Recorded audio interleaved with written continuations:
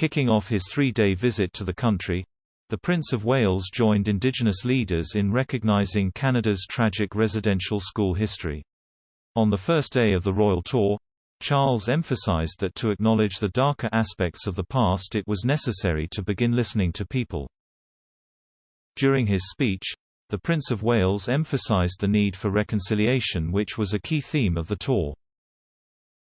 He said, "I know that our visit here this week comes at an important moment, with Indigenous and non-Indigenous peoples across Canada committing to reflect honestly and openly on the past, and to forge a new relationship for the future.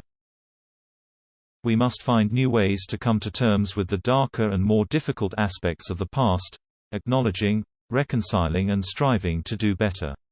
Charles also spoke about the Queen's profound affection she feels for Canada and his people. From the late 19th century up until the 1990s, more than 150,000 Indigenous children were sent to Christian boarding schools where many were abused. Last year, hundreds of human remains were discovered at these former church-run schools. Canadian Governor-General Mary Simon also emphasized reconciliation in her speech. She said, "I encourage you to speak to Indigenous peoples, to hear their stories, their successes and their solutions, and to encourage you to learn the truth of our history, the good and the bad. In this way we will promote healing, understanding and respect." During his visit, the Prince of Wales held hands with a number of Indigenous leaders.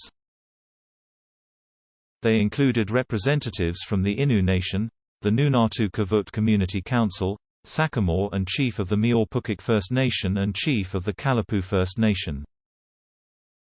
Along with the Duchess of Cornwall, who is accompanying him on the royal tour, Charles attended a ceremony remembering Indigenous children who attended residential schools in Newfoundland and Labrador. The royal couple met with Canadian Prime Minister Justin Trudeau and Premier Andrew Furey during their first day in the country.